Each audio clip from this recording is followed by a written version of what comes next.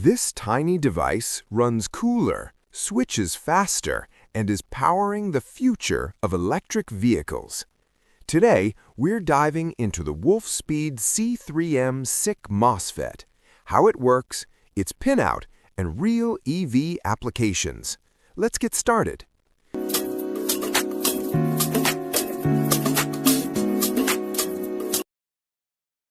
So what exactly is this device? The Wolfspeed C3M SiC MOSFET is a silicon carbide-based power transistor designed for high-performance and high-efficiency applications. Unlike traditional silicon MOSFETs, SiC devices can handle higher voltages, higher temperatures, and switch much faster, making them ideal for modern power electronics. And that's exactly why they're widely used in electric vehicle chargers and industrial power systems. SiC stands for silicon carbide, a wide bandgap semiconductor.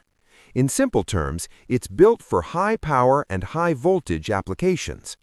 Here's why SiC matters: higher voltage handling, lower switching losses, better thermal performance, and higher efficiency. Now let's talk about the pinout. Like most MOSFETs, it has three main terminals: gate, drain, and source.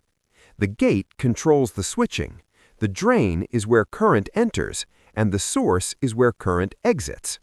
When a voltage is applied to the gate, current flows from drain to source. And one important thing to remember: SiC MOSFETs require proper gate driving and careful PCB layout for best performance. Now, this is where things get really interesting.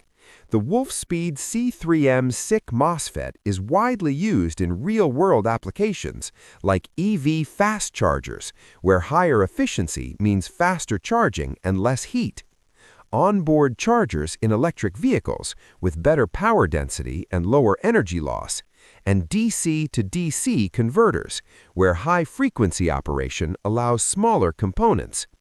That's why modern EV systems are rapidly adopting SiC technology. The Wolfspeed C3M SiC MOSFET is helping shape the future of power electronics. With better performance and higher efficiency, it's becoming a key technology in EVs and advanced power systems. If you found this helpful, don't forget to like, subscribe, and share your thoughts in the comments. See you in the next video.